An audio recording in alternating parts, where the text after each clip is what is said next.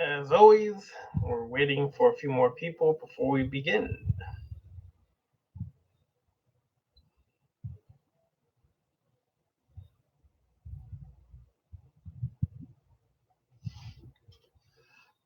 Peace, Chantel.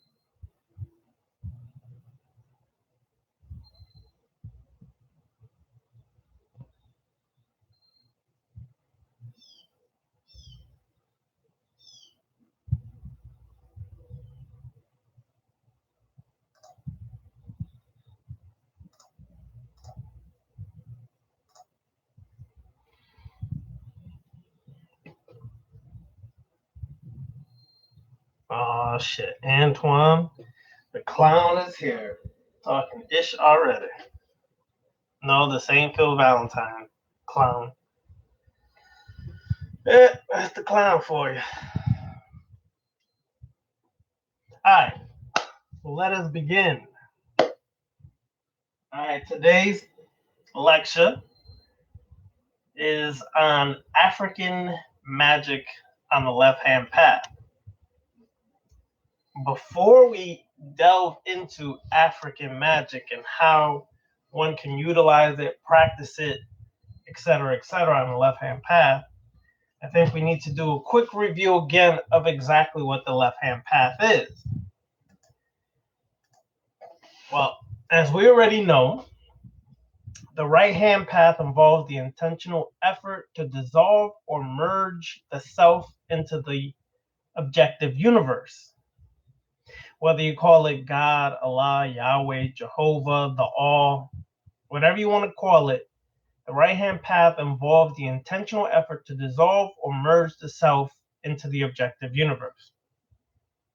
The right-hand path teaches that these two categories are illusion, that in reality the two are identical. The solution is to subordinate the illusion of self-awareness of the psyche to the reality of God, nature, etc. Right-hand path teaches that these two categories are illusions and that reality the two are identical. Okay? So, what does the left-hand path do? The left-hand path involves a conscious attempt to preserve and strengthen one's isolate, psychocentric existence against the objective universe, while creating, apprehending, comprehending, and influencing a varying number of subjective universes. The left-hand path is based on individuating one's self against the universe. The left-hand path teaches that the two are capable of being perceived as distinct and are in fact distinct as a result of the existence of the principle of isolate consciousness. By cultivating and nurturing this intelligence as a separate and unique quality, we develop our own individually determined freedom and liberation. So, in other words, on the left-hand path is to become a master over self, is to isolate your consciousness from the collective consciousness to isolate yourself or individuate yourself, I should say, to become an individual separate from the sheep mentality, the cattle mentality, to separate yourself and go against the grain of society. And to actually determine your own existence, take responsibility for every part of your existence, and to become a God over yourself, the sovereign ruler over yourself, the sovereign decisions you make, taking responsibility for all consequences, whether they're agreeable or disagreeable to your existence. You take responsibility for your actions, which all come with consequences. You liberate yourself from the religious mentality, and you create from your subjective universe, your inner universe outwardly, to affect the objective universe that we live in today, and to create the objective universe as you see fit, not as some God sees fit, some Allah sees fit, some Yahweh sees fit, some gods and goddesses see fit, how you see fit and how you determine your existence, your individuality, and your rulership over yourself is up to you. Qualities of the left-hand path. The value of the advancement and preservation of the self while seeking to become a divinity or behold oneself as such already. The conviction that individuals can become or already akin to gods.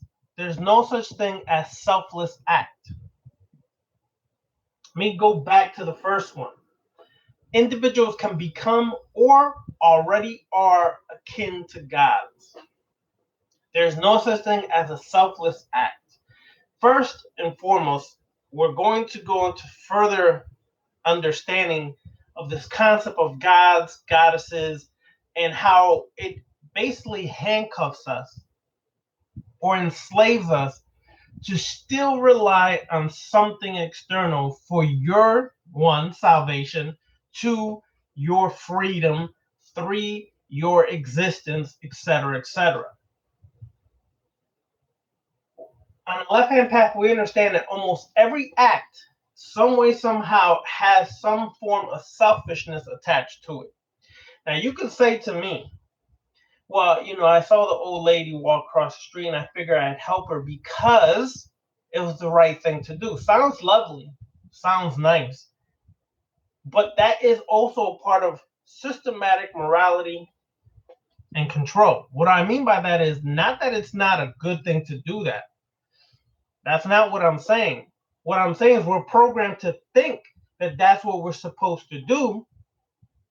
And thus, in some way, shape, form, or fashion, we do it not because we genuinely just want to help her, but we also are seeking some kind of props, some kind of praise afterwards. Even it's from helping the elderly lady across the street, and she says, "Thank you. God bless you," or whatever the case. We're seeking some kind of confirmation and affirmation that we're good people, we did the right thing. But in reality, behind it, there is still a selfish motive because you're doing it for praise, not because you genuinely care and be about your business and don't care about the praise. Most individuals still do it.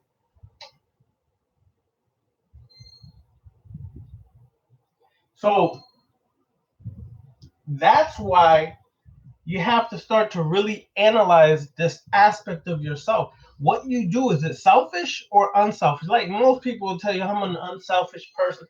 Listen, a lot of things we do as human beings are selfish in nature.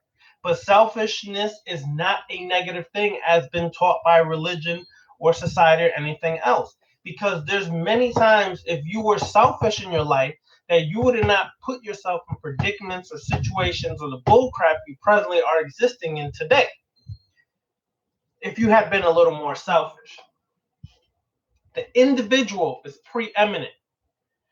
You the head honcho. You the prime grade beef. You the one. You are the most important thing in your life. And never forget that. Individuals could tell you what they want to. They can say it's about family, it's about tribe, it's about whatever. But it still comes down to you and you. If you don't take care of your health, I don't give a damn what you do. Your health is going to fail you eventually. There's no God, no miracle cure for that. Because even if you, let's say, do a ritual and you think some god or goddesses helped you or whatever, and you still refuse after that to take care of your health, guess what situation you're going to be back under? The same situation that you did or were in before you sought out the help. So if you're not willing to take control of your life, master your life, take care of your health, be the God over your health yourself, then you're going to be right back in the same situation or predicament. I don't care what anybody tells you.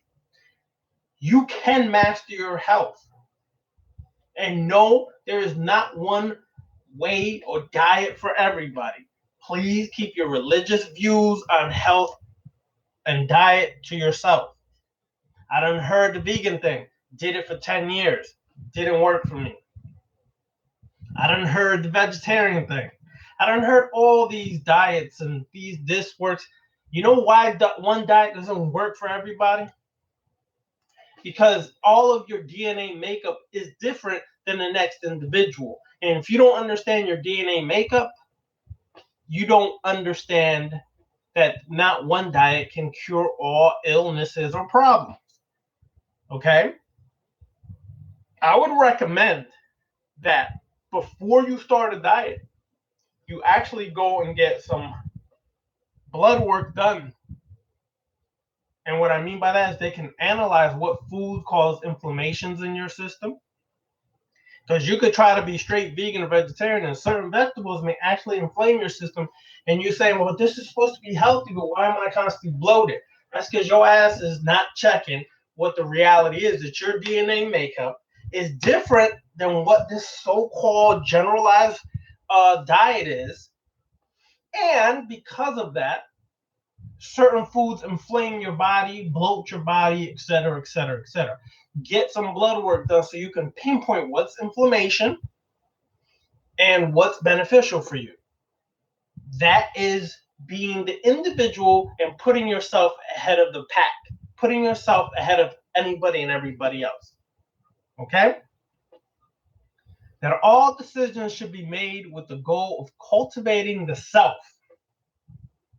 Every decision you make, if you're on this left-hand path, if you claim you're on this left-hand path, every decision that you make from this day forth should be about cultivating yourself. Your goal should be about continuously and constantly cultivating yourself. Now, how do you do this? One of the things you should do is consistently challenge yourself on your own bullshit. What do I mean by that? If you find that you're in a constant habitual pattern when it comes to relationships, habitual pattern when it comes to whatever in your life, then you may need to challenge yourself to do something different than what you've been doing to try to break the cycle, the vicious cycle you've put yourself in. Challenge yourself. Say, today, I'm going to challenge myself to whatever. Go to the gym and work out an hour. If you haven't worked out in months, but your ass needs to hit that gym, challenge yourself to do that. Because on the left-hand path, we challenge or should be challenging yourself every day to be greater than you were yesterday. Because if you're not challenging yourself, then you're not going to accomplish your goals. You're going to make excuses. You're going to find an easy way out. Instead of taking responsibility and say, I'm going to accomplish this goal no matter what it takes, you should challenge yourself consistently. Each individual is responsible for his or own happiness, and that no external force will provide this. Let me say this again. Each individual is responsible for his or her own happiness, and that no external force will provide this. That means there is no gods or goddesses providing your happiness. There is no mama and daddy providing your happiness. There is no husband or wife providing your happiness. Your happiness begins from within yourself. If that person is complete or feeling good within themselves, they're going to share their happiness with you. And in turn, you'll share your happiness with them. And the fulfillment of that happiness or relationship continues to grow. But never look to anybody else to make you happy. This is the delusion of society today. We're consistently looking outside of ourselves for something to trigger our happiness. This is why society is more depressed, more borderline sociopath than ever before, probably. We're looking for external treats to trigger happiness, whether it's the latest iPhone, whether it's the latest whatever. Always some external treat to trigger happiness. When in reality, only you can do that. And nothing external can do that but you. The sooner you realize that, the quicker you'll be on the road to mastering yourself and bringing about your own inner happiness, sharing it outward. The forces of the objective universe can be harnessed to one's personal will. Let me say that again. What is the purpose of magic? The purpose of magic, and we've heard many definitions, but they're all similar. The purpose of magic is to affect nature, the objective universe, whatever terminology you want to use, your existence, by your will power being directed with the utmost desire and intent and focus, and causing an effect in your objective universe. But the effect begins first from the subjective universe. If you're unwilling to consistently look at life and realize I created this bullshit I currently exist in, then you're still forever and whatever always look for some external force to help you, save you, or give you some props. Whatever the case may be, you're going to constantly look outside of yourself for your existence, happiness, sadness, your present financial status, your present relationship status, your present whatever status. You're constantly going to realize that I'm unhappy because you're letting something outside of you affect you, not you take control in creating what you want in this external world. Power gained and wielded in such manner is an aid to enlightenment, to self-satisfaction, and self-deification. Now, why is that important? It's important because on the left-hand path, as we've discussed, we do not worship external things. We don't worship gods, goddesses, or things of that nature. We understand them as archetypes, as metaphors, as principles, okay, of what you can achieve and the heights you can reach. That's what we understand them as on the left-hand path. Not worshiping, not groveling, not bowing down to anything. This creates a little predicament or situation when you want to walk the African Magick on the left-hand path, or the African traditions, or whatever the hell you want to call it. I don't give a damn. I just use the quick titles to grab your attention. What you title it is irrelevant to me. However, it becomes kind of a predicament because in African traditions, not all, but a lot of the traditions is hell-bent on external forces. Whether it's the Orisha, the Nkisi, okay, whatever it is, it's consistently or constantly the Loa. It's constantly, consistently looking outside of ourselves for happiness. That becomes a problem on the left-hand path because if one side of you is trying to juggle the fact that you're determining your existence, you're becoming the God, you are the God, but then you're trying to wrestle this with your DNA exploding from your African ancestry, your ancestors reaching out to you, okay? And you're trying to wrestle with this and say, what the hell, how the hell do I do this? if I'm not supposed to worship anything outside of myself? Okay, well, let's begin. Well, I had already begun, but let me begin again. It's important to understand this whole idea of gods or goddesses, God, whatever, how it came about. And there's several different theories or beliefs on how this came about. I'm going to share some of them with you. Okay? This, by the way, this book that I'm coming from is called Mysteries of, I believe it's Mysteries of Obia, Santeria, and Voodoo. No, Mysteries and Secrets of Voodoo, Santeria, and Obia. Okay, there you go. That's the title of the book. It's a good book. A lot of in-depth research and information that is good to check out. All right. So, the gods of prehistoric Africa. Although a number of traditional gods, African gods and goddesses may be traceable for only a few centuries, the primary ideas from which they develop are much older, going back into the earliest dawn of human history. The mystery of their origins can be approached from 7 different perspectives, giving rise to a number of diverse theories. Now, I want you to pay attention to these theories that was well researched by archaeologists, anthropologists, etc., etc. And you make your own conclusion. I've made mine from my experiences and research and traveling. You have to do the same. I'm just going to share this. You take it as you want. Get the book and do further research. The first perspective accepts the possibility of visits to Earth by highly intelligent extraterrestrial aliens who seem magical and godlike to our distant ancestors. That's one theory. I don't believe in that shit, but that's the one theory. I said there's 7. I'm not saying this is what I believe. I'm saying this is from research, and I'm sharing it with y'all to make your own conclusions. All right? Like the well-known deities in different pantheons of Greece, Rome, Scandinavia, these supposed extraterrestrials had their own particular characteristics and responsibilities. They also exhibited behavioral failings that were suspiciously similar to our failure as human weaknesses.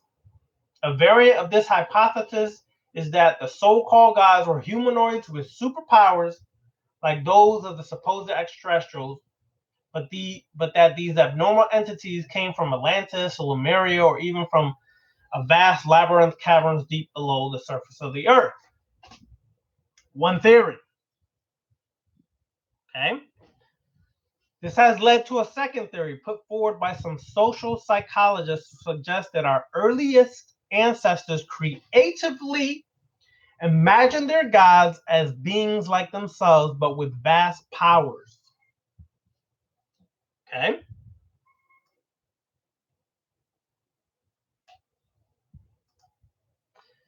The discreditable behavior of certain pantheon members can then be understood in terms of what terrestrial human beings would like to do if only they had the power with which they credited their imaginary deities.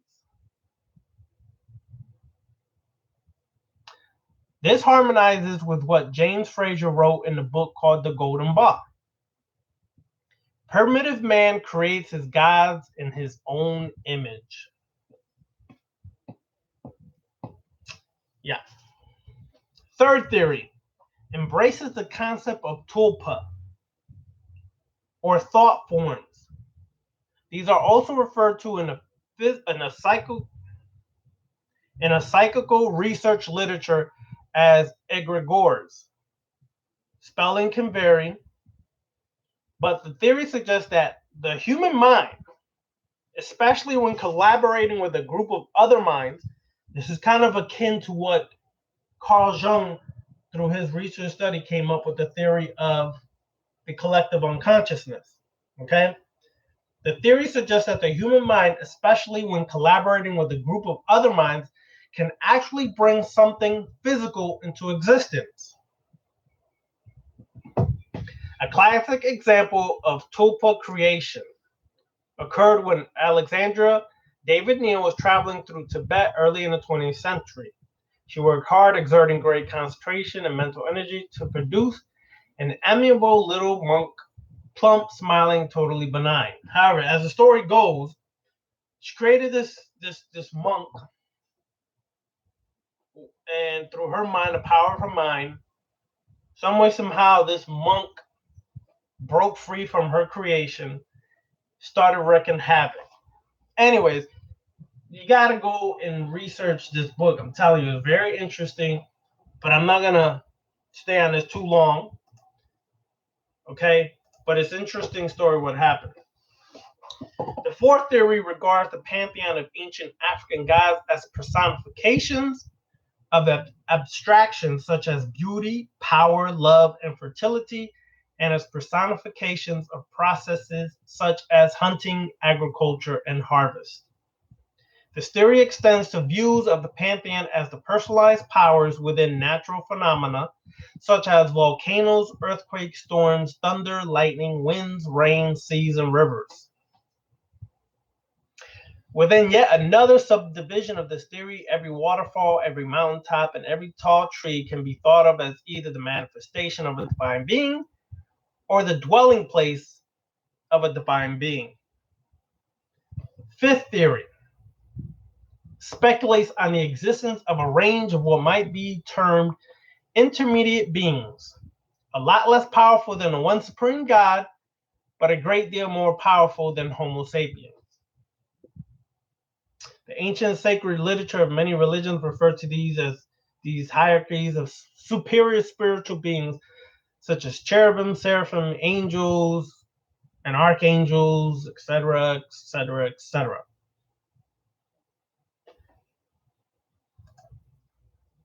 So, keep in mind now,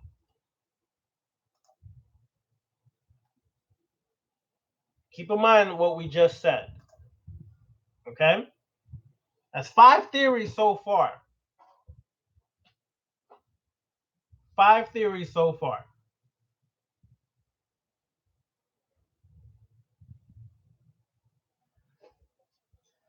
The fifth theory, therefore, looks at the idea that the gods of the ancient pantheons are more or less as the sacred texts describe them, whether it's from African texts or word of mouth teachings. European, American, Asian, and Austro-Asian gods actually exist according to this theory and how it's portrayed.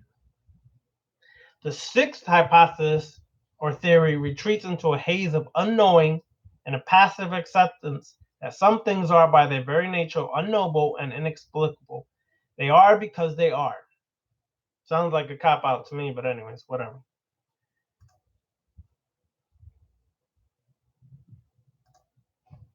And then the last theory,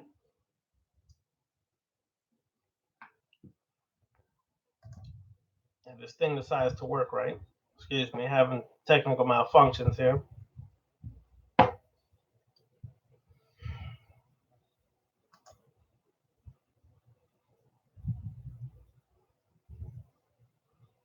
Unfreaking believable here.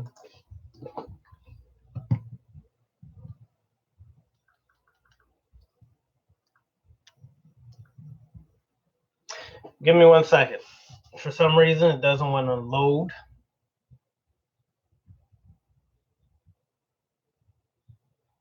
Okay, here we go. The seventh theory is ecumenical and inclusive. It argues for toleration for interpretation and translation of different theological terms and for a global assortment of divine entities.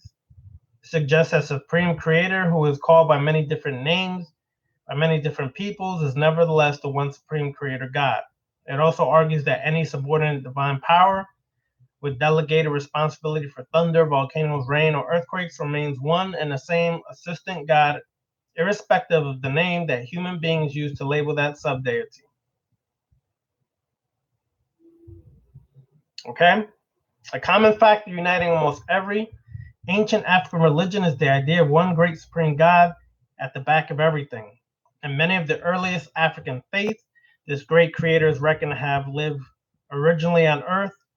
Various reasons are given to the different religions, but there seems to be a general agreement that because of human sins and failings, the all-powerful creator God left to dwell in the sky kingdom or heaven, literally and metaphorically above the problems made by human beings. The supreme God is understood as transcendent, a being of pure spirit, formless and abstract. Despite its immeasurable distance from humanity, the supreme God has left a trace of its divine breath, or anima, or spirit within each human being. Now, as I just said, on the left-hand path, you are the God. And no external forces can control you, affect you, because you don't, for one, accept that to be true. For two, if you're the only God, then you have control over your sovereign self. So yes, this becomes a problem when you're on the left-hand path as a God over self, sovereign ruler over self, determining your existence, but yet you want to work some African tradition or magic. How do you go about doing that? First thing you have to understand, and I'm going to quote my good brother for this. My good brother is Antoine 777, and the good brother gave me a quote yesterday that was on point. And that quote is, spirits serve gods. So, on the left-hand path, spirits are real. They exist. But they're not to be worshipped. They're not to be groveled. They're not to be in control of you. Spirits exist. Well, what do you mean, Ravana Noon? What do you mean, Dark Cultist 99? Simple. If you have a relative that passed, that was flesh and blood, they've translated into the afterlife, that spirit exists. Well, how do you know that, Ravana Noon? How do you know that exists? I'll quote or make a statement from science. Energy was and always will be. Okay? Energy has always been there and will always continue to be there. So when their physical body ceases to exist, that energy and the consciousness that was with that energy evolves and can make communication and contact with you. Usually it's from your ancestral bloodline that makes the contact with you. But be careful. There's a mistake that many people make when they practice things, especially working on necromancy or ancestral reverence or whatever you want to call it. Not every ancestor from your bloodline is about your shit. Well, what do you mean? If you had, let's say, a crazy ass uncle who was violent, who was manipulative, who was a drug addict or whatever, and they translate it, and you're reaching out to work with your ancestors, and that uncle makes contact, do not for once believe just because they're in the afterlife that that motherfucker has a halo on their head and they're angelic and holy and roly just because they translate it. It's possible, a high possibility, that motherfucker is still manipulative and still gonna use you to get what it wants or needs. Okay? Because people have this crap, this tendency especially when I talk to a lot of individuals that deal with African traditions. And yes, I came through some African traditions. I was raised in a household where my grandmother was a santera, okay, where not only did she practice Santeria, she also practiced Sansi, which is from the 21 divisions of the Dominican Republic, which 21 divisions is stems or descended from Haitian voodoo. Very similar. She was into this. She was a part of this. Okay? So I understand a lot of this stuff from the inside out. Me, myself, being initiated, going through it. I understand it from the inside out.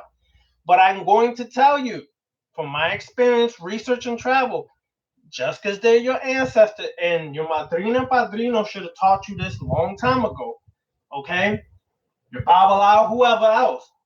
If that mother effer was effed up in real life, you don't want to fuck with her. Just being real. But people still have this belief that just because they're your ancestor, that they're holy and roly, and I should just put out some liquor for them and they just gonna give me everything I want. No. Most likely that spirit is going to try to manipulate you to get what it wants on the other side. They seek entrance still to interact with this physical realm. So one of the things they seek is liquor. Okay, this is why the old name of liquor or alcohol was what, y'all? Spirits. That's right, spirits. That's what they used to call it, spirits, because alcohol has an ethyl content that allows spirits to interact. Okay, that can interact with you and actually possess your body for a time. So just because they're your uncle and they passed and you want to be giving reverence to all your ancestors, wake the fuck up.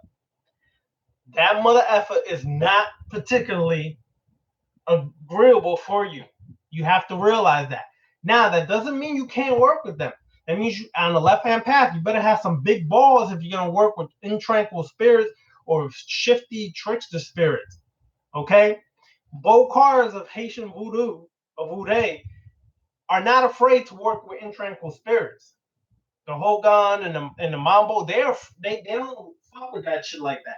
But the Bokars do. I tend to work with a Bokar here in Orlando who owns a Botanica San Miguel, and he's a Bokar from Haiti, and he showed and shared and taught me a lot of stuff.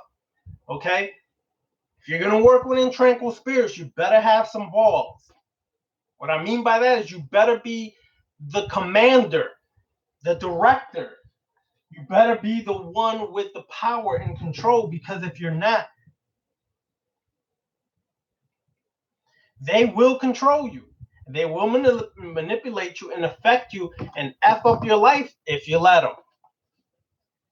Why do you think that we spend so much time when we did the radio show Awakening Universal Minds, to our individual live video lectures to videos, was spending so much time on dealing with your ish and becoming a master of yourself? Because when you start to open the doorway, the gateway to the spiritual realm, anything and everything can seep through, whether you realize it or not.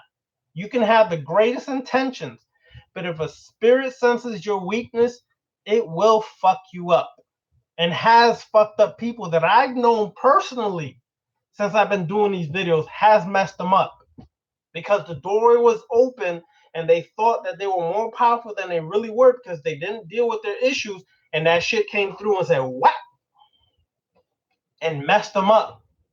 So you have to be in control of self. If you're going to work with spirits, your ancestors, and let me clear this up quickly, please.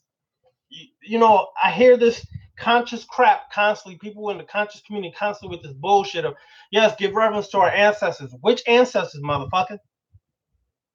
Because you could generalize and say, well, all these great African heroes were our ancestors. Listen, yes, they were role models, and I can understand that. But directly in your bloodline, That's a different type of ancestor. When you work a lot of this African magic, witchcraft, whatever angle or tradition you want to come from, those uh, ancestors are more closely related. They're usually more of your bloodline. That doesn't mean you're not going to make contact or tap into spirits that are not from your bloodline, because they will come.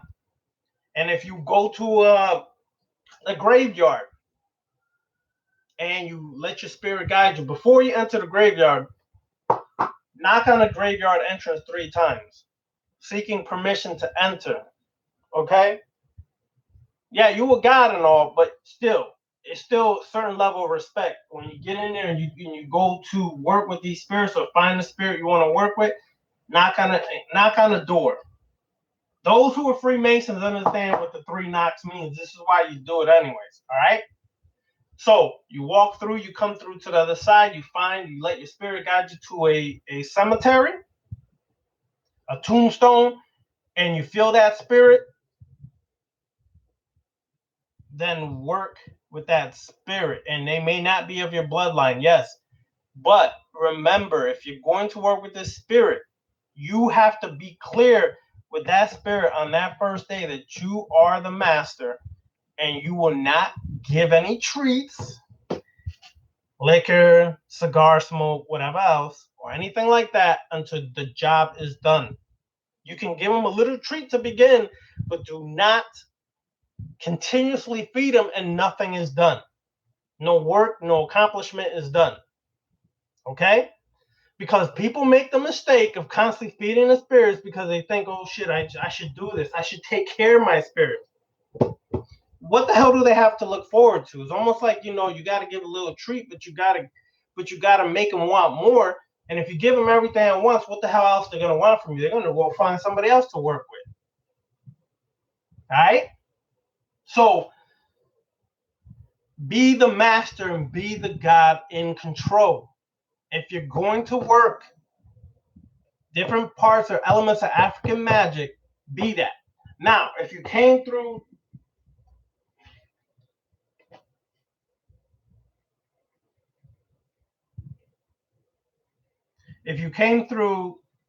any one of these traditions, then and you're seeking to expand your consciousness on the left-hand path, you already know certain mysteries on how to work with certain archetypes. Archetypes, whether you call them Orisha, whatever. You know certain archetypes already. You know what their colors are. You know their numbers. You know their symbolism. You know all of this. What's the difference? In certain traditions of Ifa, going way back to Nigeria, you didn't seek to worship and grovel to the Orisha. You sought to become the Orisha. So, let's say for me, I'm Obatala. Okay? I would not grovel and worship and do all these things consistently to remain a servant of Obatala. But in certain traditions of Ifa, going back to Nigeria, you actually became Obatala. Okay? You took on the embodiment, the attributes, the power, the characteristics of Obatala as your own because it was already within you. Many times people don't realize that when you go and, let's say, the calling down of the Orisha, the Orisha that determines you, okay, that accepts you, that claims you as theirs. There's a ceremony for that. I'll go briefly a part of it. I'm not going to divulge all of it, but there's usually 3 Babalaos involved there, okay? And there's 1 Upan Ifa tray, okay? And there's a certain chant and a certain rhythm that's done on the Upan Ifa tray. And then certain things that happen until the 1 Orisha steps forward and claims you, okay? If you are seeking or trying to understand how to utilize some of those concepts within the left-hand path, you might want to make contact with certain individuals who know Babalas or can do this calling down of the Orisha ceremony for you. It has different names. Some houses may call it something else. Mine called it the calling down Orisha ceremony. Okay, you might want to get that done so you can stop speculating as to what Orisha really is you. Because trust me, a lot of people say, oh yeah, I'm Shango, I'm Shango, I'm Shango. And it comes out that nothing Shango. That they're a Chosi. Okay, or that there's something else. But then this whole time they've been trying to work with Shango and they never really get true results. It's because that's not what you're aligned with. When that alignment or that connection is done, is 9 times out of 10 is because there's a certain area in you that is lacking. What do I mean by that? For example, mine, Obatala. Obatala means king of the cloth, which also symbolic of the king of consciousness, purity. Okay? So when Obatala claimed me, there was parts of my consciousness that needed to be expanded. I was lacking in certain areas of my consciousness that needed to be expanded. I know why I was lacking in certain areas there, because I came from a closed-minded kind of crazy ass group or organization. So it had to be expanded. I was lacking in that area. Some people will say, oh, Oshun claim me. Oshun is my Orisha. And oh, you think that she's your Orisha because you're sexy and fly and all this shit? 9 times out of 10, she could have claimed you because your ass has problems in relationships. You have emotional or healing trauma and pain within you. So that kind of a level or vibrational frequency is needed to align you, to realign you, to open up your emotional trauma and pain and release it. Orisha, that energy, that particular energy, that archetype, that shit is not there because you're hot shit. It's usually because you're lacking in something. So if you want to work with that, you can incorporate that on the left-hand path if that's what you choose to do. But do the shit in a way where you're getting it done more correctly, okay? Where you actually know, not guessing just because you think your hips are wide, your ass is fat, that automatically you're Oshun. No, you could have been Yamaya. You could be Oya. You don't know. But people assume this shit just because my hips is this, and I'm sexy. So automatically you think that's what gives you the right to say I'm Oshun. Anyways, it's just stupidity to me. All right.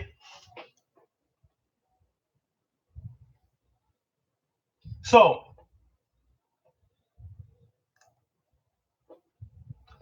keep that in mind when you're working this. Okay? That doesn't mean that if you do that, you have to get initiated all the way to your crown. That doesn't mean you have to be a part of a house and go back under subservient, slave-minded worship. That's not what it means. It means get what you need out of whatever system that you feel is more beneficial for what you're working, and get it done the best way to receive the most from it. Like there's a brother who normally watches the videos. I don't see him on here today, from Arizona. He normally watches the videos, but yes, he has large African ancestry, but he also has about 9-10% Irish ancestry. He works a lot with the Druid kind of system. And it's beneficial for him because he did his DNA work. He knows what he's connected with. He knows how he's working it. It's beneficial for him. So he understands that. And he understands that to do that, he has to go deep into it. That doesn't mean you lose yourself to people. That doesn't mean you bow down yourself to groups and organizations if you're going to do this. That means you always stay in control and you stay the master and God over self. That's what that means. Okay? So if you're going to work the African tradition or African magic on the left-hand path, understand or determine what part of that African magic you want to work. For example, are you going to work with just the ancestors? If you are, then you should by now have an ancestral altar set up. You should have consecrated that ancestral altar. You should have cleansed that ancestral altar by now. If you're going to use certain archetypes within whatever, Ifa, Lakumi Santeria, Palo, Mayambe, on and so forth, okay? You should have taken a step to really determine that this archetype is aligned with your frequencies and vibrations. Not just guessing and saying, okay, I'm Tahuti Ra Bay, when you could be far removed from any Tahuti energies or vibrational frequencies within you or Ra. So you have to understand, if you're gonna do this, do your research. Determine if this is for you, then go forth and do it. Okay? Myself, as I told you, my grandmother was a santera and she practiced sansi. Myself, for some reason, the last 5 years or so, I've worked a lot with Baum Sandi, or the Baron, or Baron Sandi, Baron of Saturday. Okay? The gay day of sex and death. Okay? I work a lot with that. And when you really study the symbolism and archetype of Baron or Baum Sandi, or the Baron, or Baron, as they say in Spanish, you will understand that that archetype is closely aligned with walking the left-hand path. Baum Sandi is against cultural norms of society. Baum Sandi, that archetype is against the norms of society and does things to bust your bullshit delusions up. Okay, so you have to understand, if you're going to work things, make sure you do in-depth study and does it align or vibrate with you correctly. So when I work with the gay day, I work with certain mysteries of the gay day that is not readily available to everyone, or a lot of it is not discussed. But there is a path of the gay day that deals a lot with sexual energy, sex magic, things of that nature. It's not commonly discussed in Haiti, because it's looked upon as taboo in certain parts or throughout Haiti. In voodoo or voodoo, it's looked upon as taboo, but certain people do know that there is certain, I would say, little orders or secret orders within Haiti that do practice certain forms working with the gay day and the sexual energy pertaining to that. And if you are not familiar with that, then maybe it's time to do a little further research. But let me go into this and share this.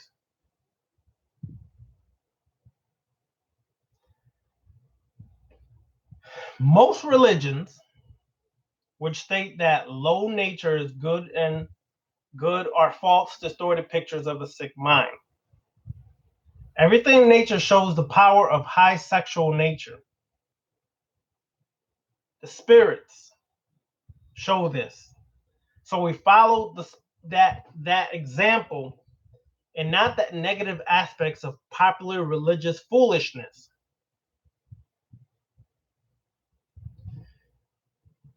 The spirits tend to be strong in their sexual powers and energy.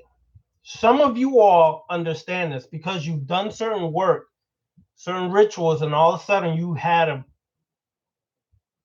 amazing amount of orgasmic energy out of nowhere. And you said, but this is supposed to be spiritual. I'm supposed to be so spiritual. This is supposed to be a spiritual thing. Why am I so horny? Hello?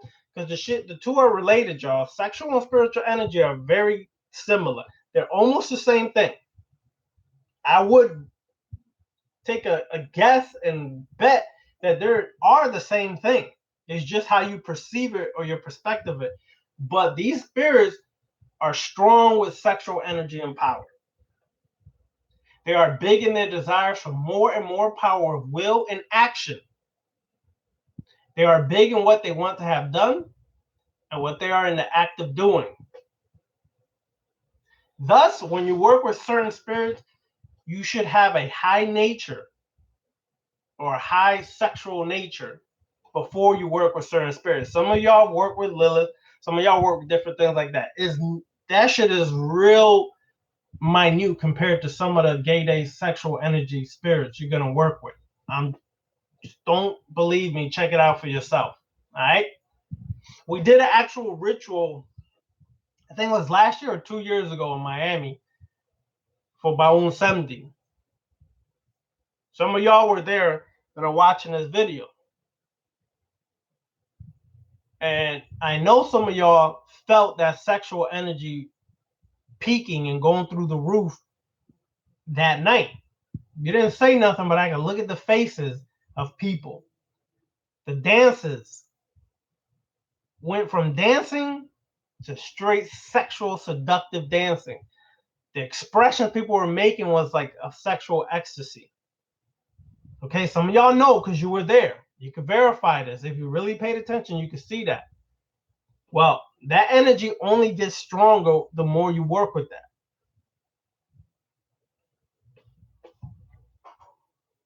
All right, so understand that.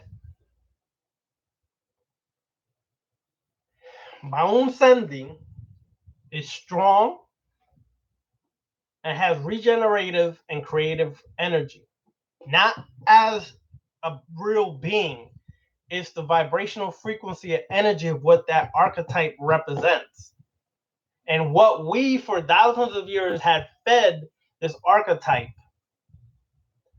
fed it our thoughts, our ideas, our desires, our lusts, our passion only keep, after thousands of years, imagine how strong that is. When you tap into that, it's almost like tapping into a socket, putting your finger in a electrical socket in the wall and a charge. But this is a sexual socket of sexual energy, and it's intense. All right? So I can say that. Don't believe me, check it out. Try to work with this energy to see for yourself what comes about. All right, so this energy allows, I don't know, anyway, let me just say, okay? This energy, the symbol of this energy is, of course, the phallic and the yoni, all right? But when it comes to the phallic, that sexual organ is said to be possessed by the sexual spirits or the gede. And when it is possessed, it gives a very high sexual energy to the man who owns that sexual organ or has taken control and mastered their own sexual organ. So when you have mastered and feel that energy and your sexual organ is charged with this energy, it doesn't mean you go haywire and just buck wild and freaky and do anything and everything. You have to be very selective so that you don't open yourself up for worse stupidity than ever. So be wise in your sexual actions. But when this energy possesses you, yes, you're going to want to. You're going to feel it. But be wise and be in control and be selective when and how and where you do this. Okay? Anything that gives pleasure to the sexual organ is a form of delight to this sexual energy spirit. If the organ has much enjoyment, then it becomes so powerful that it may even have its own willpower to control or push the person who's actually the owner of this sexual organ. However, if you direct it with your willpower and use it to become more powerful in sorcery and magic, then what happens is it almost becomes like a magical wand. I know this sounds strange to some of y'all. I'm just sharing some stuff. This organ becomes like a magical wand or symbol of the will of sexual power. So you have to understand that when you tap into these gate A, there's certain gate A that are very sexual, and when they tap in, if you are done the work, control your organs, whether it's as a man, your phallic, or as a woman, your yoni, this energy will possess you and increase your sexual energy more. And you have to have that God control over yourself, that God mind control over yourself, or it can lead you to do some crazy ish. Okay? It will and can lead you to do some crazy ish. Just sharing this.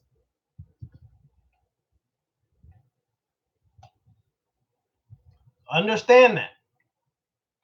Some of these spirits, I'm going to just share this, okay? And then I'm open up for questions. Some of these spirits, their favorite food is not liquor, it's not fruits or meats or cigar smoke or tobacco smoke. Their favorite food is the magical cream. Now, if you're wondering what is the magical cream, it's the sexual fluids. This is why certain traditions in ancient times they have certain temples that were dedicated to feeding this magical cream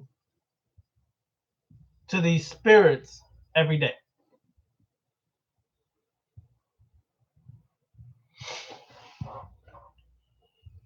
Thus, when you understand the power of this magical cream, then you understand the power and how it affects the world that you live in. And when you really learn how to work and utilize that magical cream, you become one of the most potent and powerful magicians, sorcerers out there. And you have the aid of a legion of spirits on your behalf that will do the work necessary. While you're handling one thing, you can send spirits to do work for something else. Okay? So, most of the world, as y'all know, a lot of the world, especially ancient times, many of the offerings were blood. But some of the most powerful spirits, the offerings that they sought out and made them one of the most powerful was a sacred cream, sexual fluid. Why that's important to know is because why is sex so powerful? Why is sex so strong? Sex is creative energy. Sex gives life. The gate A are the spirits of dead or death and life. And life is synonymous with creative energy, sexuality. When you understand the power of sexuality like that, and if you possess this sexual power already, then you will understand the power of your sacred cream and you will start to feed the spirits with the intention, the desire, and the power to control these spirits. Only feed them to get the job done that you want and give them no more to that time. It is like a drug. The sacred cream is like a drug for these spirits. And they go buck wild crazy. More crazy than anything else that you try to give these spirits. They go cuckoo, batshit crazy. Don't believe me? Check it out. Start to work with your sexual cream and use it in many of your workings and rituals and watch the results happen. I done seen and I've witnessed and experienced how using that sexual cream can break down walls, barriers, and borders that were once locked and almost impossible to break through. All right? So understand, that this is also another way to work with African magic or traditions. Okay, you can work with the ancestors. You're going to work with the archetypes. Work with the archetypes not to worship or grovel, but to become or embody the characteristics, the attributes, and the power of the archetypes. Stop worshiping and groveling, y'all. The problem with the melanated people, and has been like this for millions of years, y'all, is we fucking love to worship shit outside of ourselves. I don't give a damn who, where, what, when, how. We always wanted to worship something or someone. Only the very few knew that they were the actual God determining their life. And those were usually in those times were the ones who were initiated, who walked through the temples, and the delusions and illusions of life were stripped away through the initiation process. And they realized, I'm the only God that's ever been. And one of the rituals of Kemet, after they went through the three major parts of the temple and they got to the Holy of Holies, as they say, or the Sanctum Sanctorum, the high priest had gold drapes, and they sat the initiate down, and the high priest asked, are you ready to see what it is you have been searching your whole life for? And of course, the initiate usually is going to respond yes.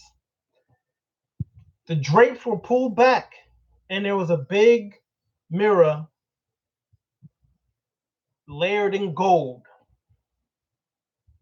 And initiate looked and was baffled. You mean I walked all this journey, I went through all these trials and tribulations, and I'm looking at a mirror to see myself? And the high priest would say, yes, because that's who and what you've always been looking for. You're looking at God itself. Keep that in mind, y'all. As you work on the left-hand path, no matter which tradition, which path, whatever you can use it if it benefits you. I don't care if it's working with Lilith. I don't care if it's working with Druids. I don't care if it's working with African magic. I don't care whatever your DNA vibrates with and guides you to, work with it. But never lose sight that you are the God that you've always been looking for, and only you can determine your existence. Only you can determine your reality. No one else can do it for you. They can try. They can try to control you, manipulate you. It's impossible if you don't open a door for them to do that. Once you open the door to them because you think that some authority has power over you, if you think some God has power over you, then you will forever be a slave and controlled, and you deserve the bullshit that you're going to get. Be the God. Determine your future, your present reality to the future. The past, it's time to reconcile with the past. It's time to heal the past wounds and trauma from childhood to today. Heal it, overcome it, and use that power, that pain, to fuel you to greater heights. Do not listen to these dumb-ass people who tell you that you should avoid your anger, your pain. They're fucked up, stupid, and not dealing with reality. Your pain is what fuels you. And if you don't realize that, think the last time you were in pain or straight anger, how it pushed you to overcome the very crap you were stuck in. Think about that, and you'll start to understand that your anger gives you focus. It gives you power. Your pain from the past can be used and transmutated to some greater heights. Once you learn to overcome that pain, use those weaknesses that were created from your trauma and your pain and your programming, your conditioning. Use those weaknesses to turn them into a strength on your behalf, to work for you. Be Obatala. Be Shango, the divine masculine warrior, who takes control of its life and determines its existence. and makes no excuses for their failures, and success is taken. But take responsibility for your failures as well. That's the harder part. Learn to work with your sexual energy, your sexual fluid. Stop running from that shit as if it's evil, as if it's wrong. I hear all this shit constantly, people posting this, saying that, but they don't deal with the reality. Are you really in tune with your sexuality, or are you trying to fit into some illusory world of what sex is? You determine what your sexuality is. Ain't nobody can do that for you. Fuck these people who tell you this gender is wrong, that gender is wrong, or this sexual preference wrong, this is wrong, this is wrong. It's your shit. You determine what's right for you and how you want to live, and no one should take that from you. Okay? Because at the end of the day, when you translate from this physical realm, who gives a fuck what you are in sexually, what you are into sexually? This shit's not going to make a difference on once you translate from the physical realm. It's not. That shit is all human shit to keep you confined and controlled. Human programming to keep you confined and controlled as a slave, to continuously be in a slave mind. I don't care how revolutionary you think you are. There is no revolution without mastery of self. I said it, and you can quote me and share this around the world. There is no true revolution unless you master yourself. You could think you're a revolutionist, but the true revolution is to master yourself. Master your bullshit, master your pain, master your habitual patterns and problems, and be the God over self. That's true revolution. That's truly standing up for yourself and truly sharing that information with somebody else to be a God for themselves. Then you make a change. Until then, you're not going to make a change because you're always going to be thinking some external shit's going to save you. Some external shit or organization or just a supreme leader or whatever has got the answers. They don't.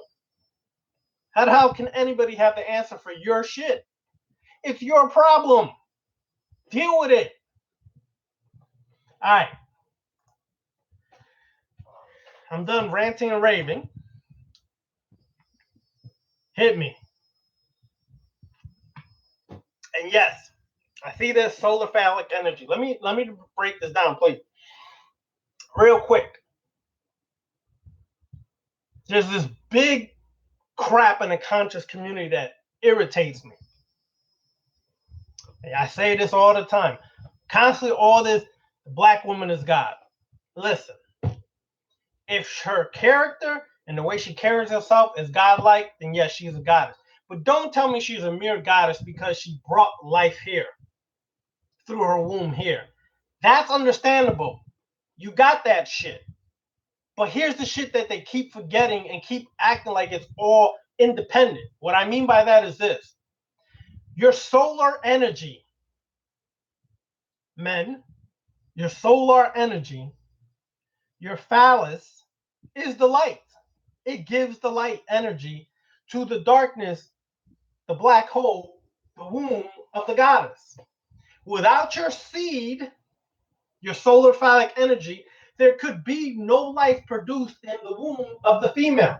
Now, you can tell me all this Dr. York shit, natural Tahuti shit, all this shit. I was there back in the 80s and 90s when all this shit was taught and mitochondria and whatever. Listen, today, women need a man to have a baby. Unless you do artificial insemination, even then you still need a sperm. Some donor had to pop it off somewhere and put it in a cup, and then they took it, stored it, or whatever they did with it. That's the phallus, the techenu, the benben, okay, the obelisk. That's the representation of the phallus being charged up by the solar energy.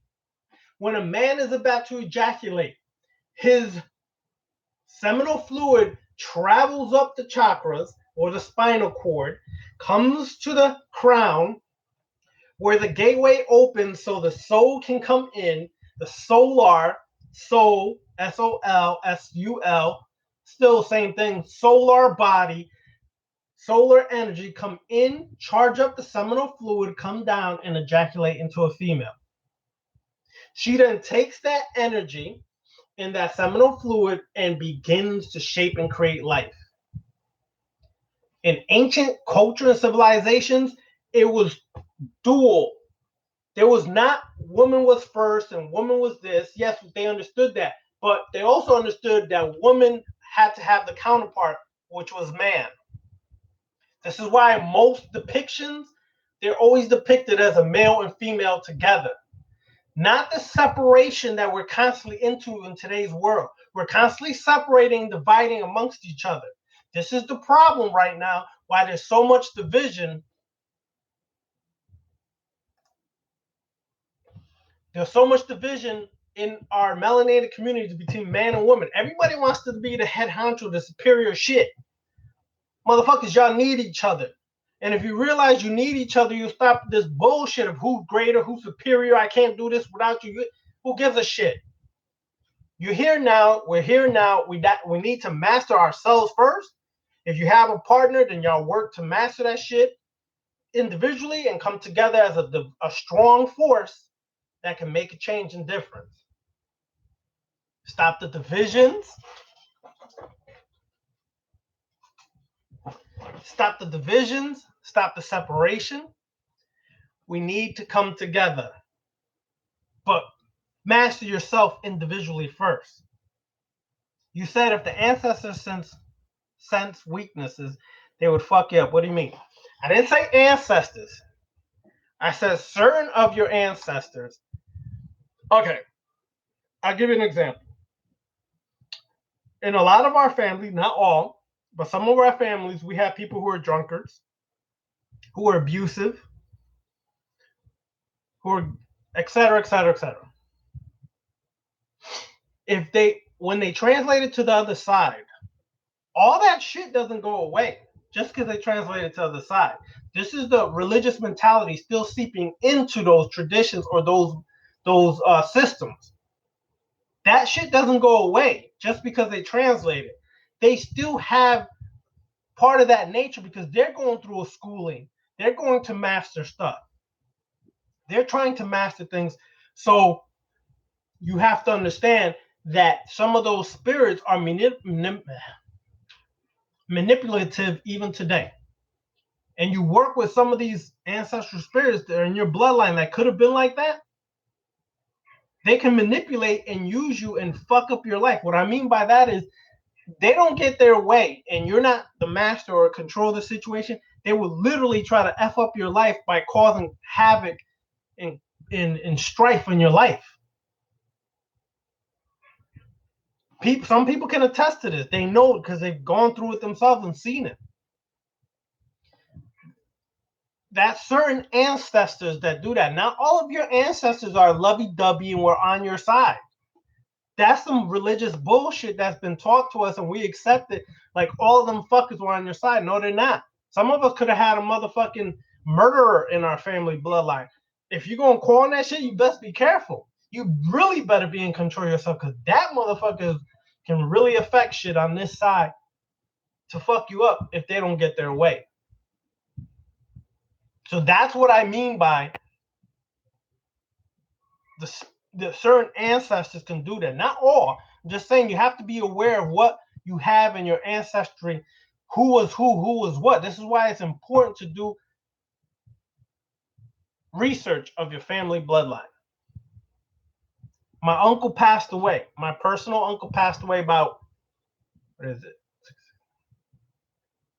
Probably like 10 years ago. Okay? There's certain things, he had certain habits that were not beneficial that led to his passing. Okay? But he also had attributes that were beneficial. So if I'm going to call on my uncle, I have to be in control so that he doesn't try to manipulate shit to get his way.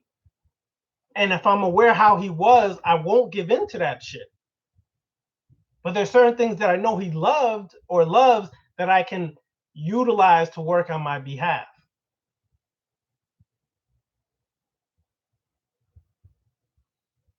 Yeah. And Tarak, is your name? Wait, hold on. Is your name just Tarak or Tarak Ultimate? Shit, I don't know. Okay, well, let me try to figure out. Your ancestors are in your DNA. Your ancestors are your DNA. Your DNA is what makes you up as an individual. You receive a certain portion from your mother, a certain portion from your father and their bloodlines, and then there's a certain portion that is you. Okay, the part that develops in time to be you. So yes, your ancestors, and not so much that they're your ego, but they can feed your ego or destroy your ego, depending on which way it works. Because essentially your DNA is a makeup of your ancestors. And a lot of times your ancestors don't speak to you from out here. They speak to you from in here up, meaning they come from within your DNA and cause vibrational energy and thoughts and your neurons to fire to receive messages and thoughts. So they're in your DNA, they're interwoven in you. This is how come certain ancestors you hear them clearer than others. So essentially, not so much that it's your ego, but it's a makeup of your a makeup of all your ancestors. And whatever issues or problems they have and can pass into you. Now your job is to master that shit and either rid it, use it, or destroy it within you.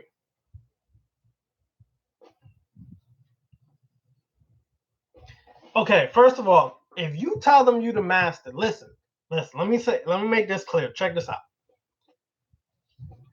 They have what you need. They have, sorry, I said that wrong. You have what they need.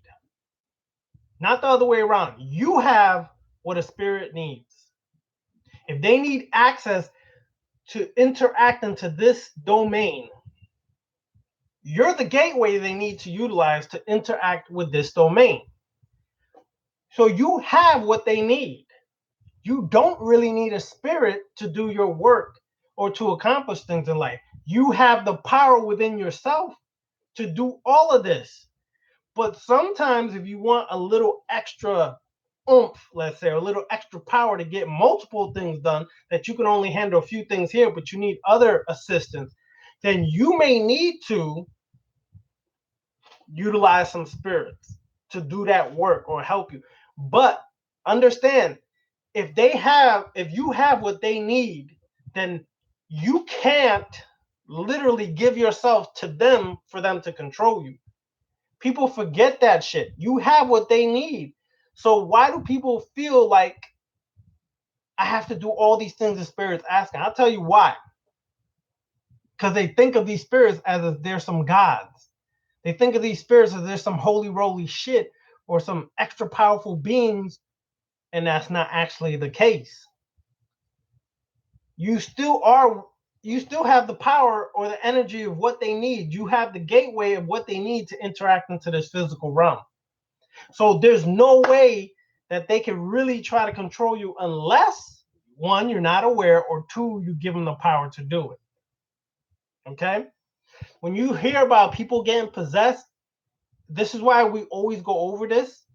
Master your shit, deal with your bullshit, your issues, your dramas, your pain, your wounds, everything, because certain spirits can possess you because you have certain issues you never dealt with, and they feed off of that shit. They feed off of that and try to control you through that. You have to be aware of these things. This is why you have to do inventory about yourself and put it all on the table about your own your own bullshit before you even start working with spirits. I know people get anxious. They're in a rush. I don't know why. They get anxious like they're in a rush, like they running out of time and they have to do all these things quickly. You have time. The first thing you should do on this path is deal with your bullshit, y'all. That subconscious, go in there. Go to the deeper abyss of your subconscious and pull out all the bullshit that's there. And do the inventory of the shit that's there and start to work on it.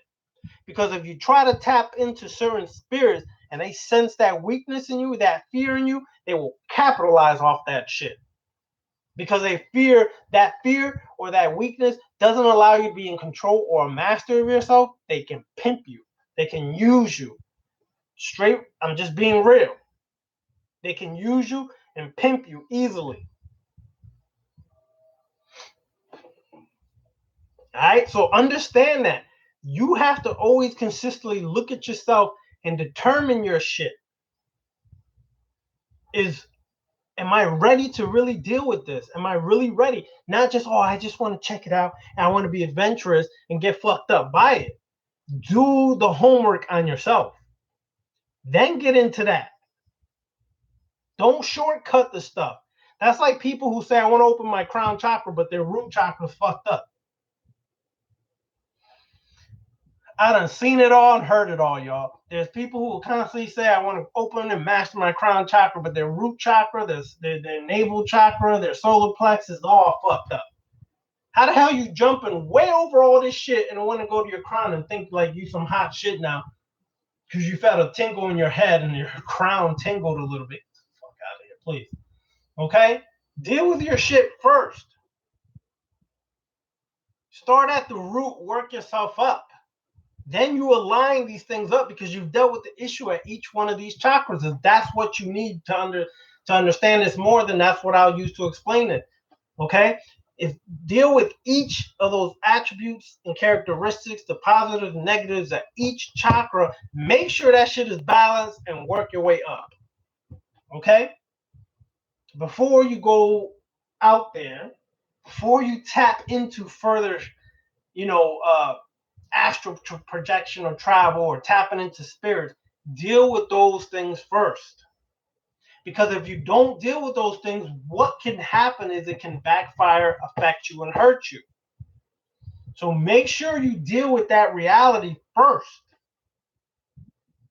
Don't neglect it.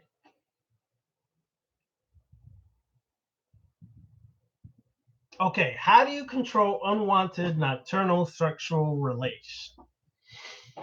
You're talking about wet dreams in so many words, right? All right, first of all, sexual spirits that tap into your dream state sense repressed sexual energy within you.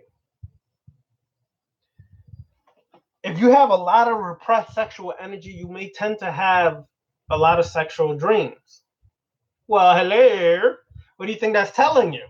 If you're constantly having dreams about sex or fucking succubuses, if you're a man messing with you or incubuses messing with a lady, or even vice versa, because some of them are bisexual anyway, so they don't care about all that shit. That's humans care about that. They messing with you, right? Then you need to address yourself. What is my sexual hangups? What am I repressing? What am I not dealing with sexually? Because those energies, those spirits are looking for the energy of those who are the most repressed. It's easier to tap into those who are most repressed because you need some release or sexual satisfaction, but you're so repressed and so uptight that you don't handle that physically. So guess what? They're going to do it for you, buddy. They're going to take it. Take it. Why? Because your shit is just like potent. It's powerful. It's just sitting there. It ain't being released. So here they come swimming. They're going to come swimming looking for that. And they're going to tap in and they're going to just suck it up. And it happens more often than people realize. I've seen it and heard it. It happens more often than people realize. So literally, it's about taking control of your sexual issues and hangups. You have to take control of that.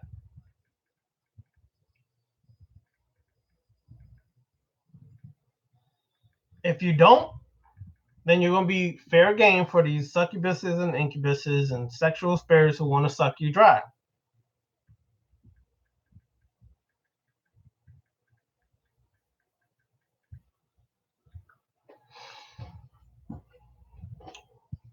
Any other questions, comments?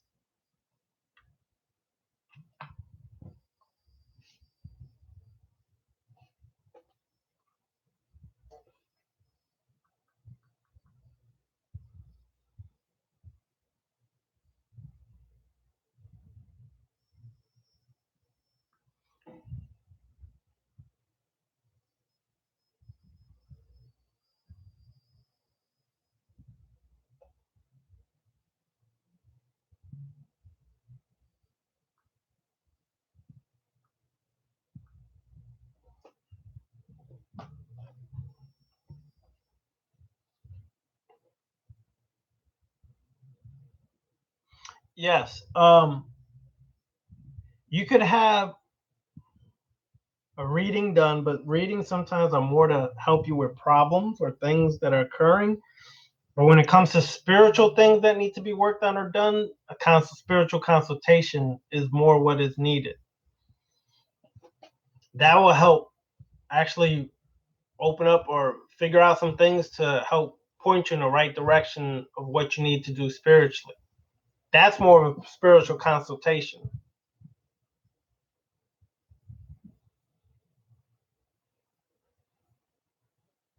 Hmm.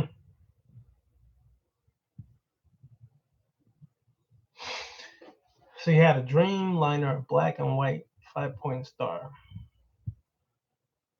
Well, 5 point star is very potent. You know that 5 point star actually was utilized in Kemet, ancient Kemet, long before it was utilized in any religious organizations, groups, or whatever. And it was associated with certain star constellations as well as mastery of the self.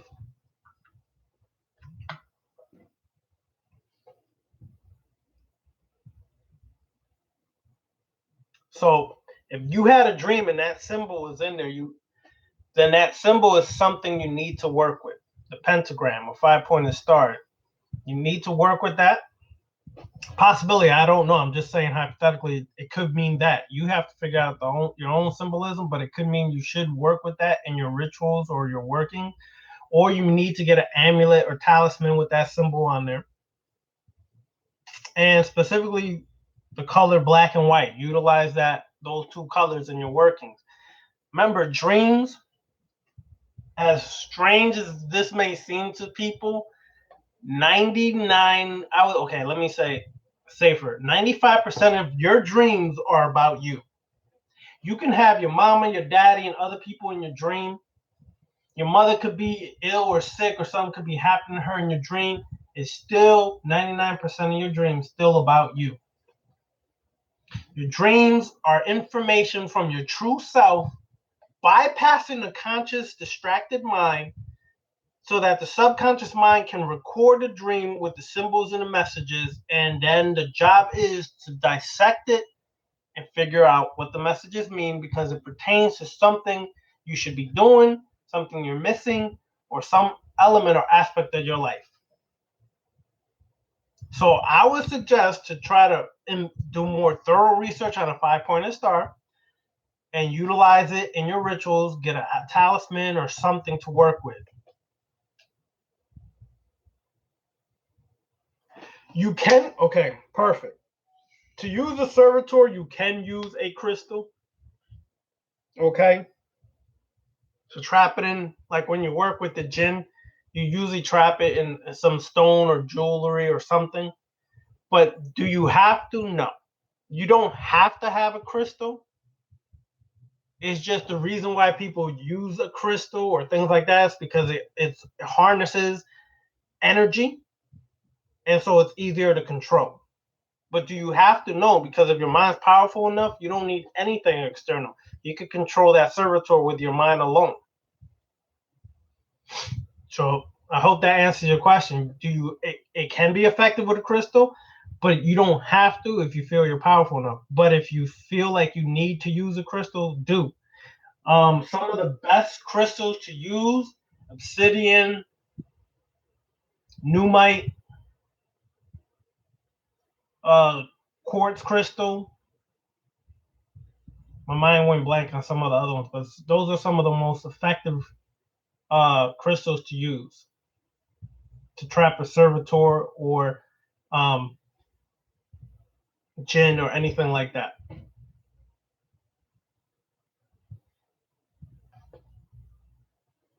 Any other questions, Joel?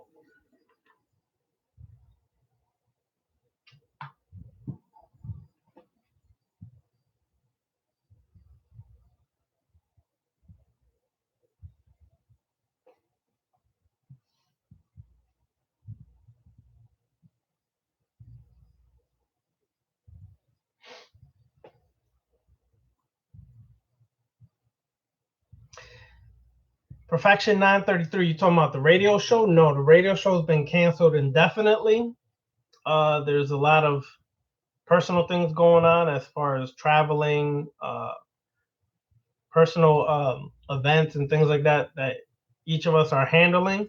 So it's been canceled indefinitely. This is why we're doing live lectures on videos and things like that.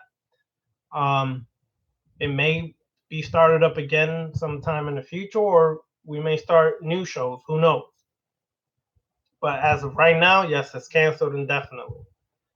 So the best way to communicate is watch the live lectures or videos, and reach me at my email. And Benita usually gets his email out on his videos as well. Y'all can reach me there. All right. And I'm making an email list so that I can keep in touch with people when we have events, or when we start up our covens, things of that nature. I'll be able to send out information for those interested.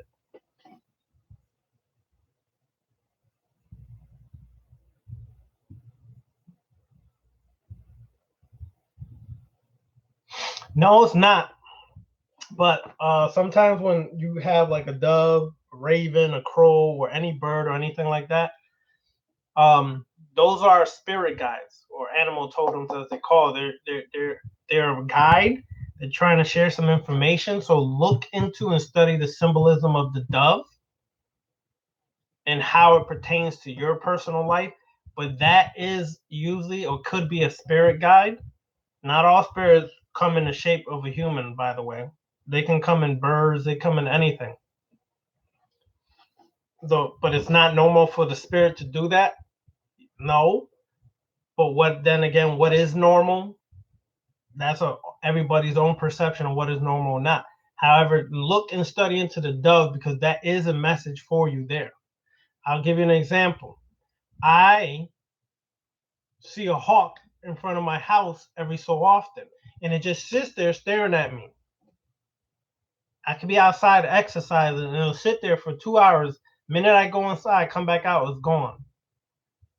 So the symbol of the hawk, I've researched it, connected to it, I understand it. So that's symbolism. So when I see that, I look at it as a message. Something is I'm not paying attention to, or something that needs to be revealed to me. I need to research or understand further. That's why you'll keep seeing those things over and over. All right. So I'm gonna wrap this up. I'm gonna let y'all enjoy the rest of y'all evening. All right.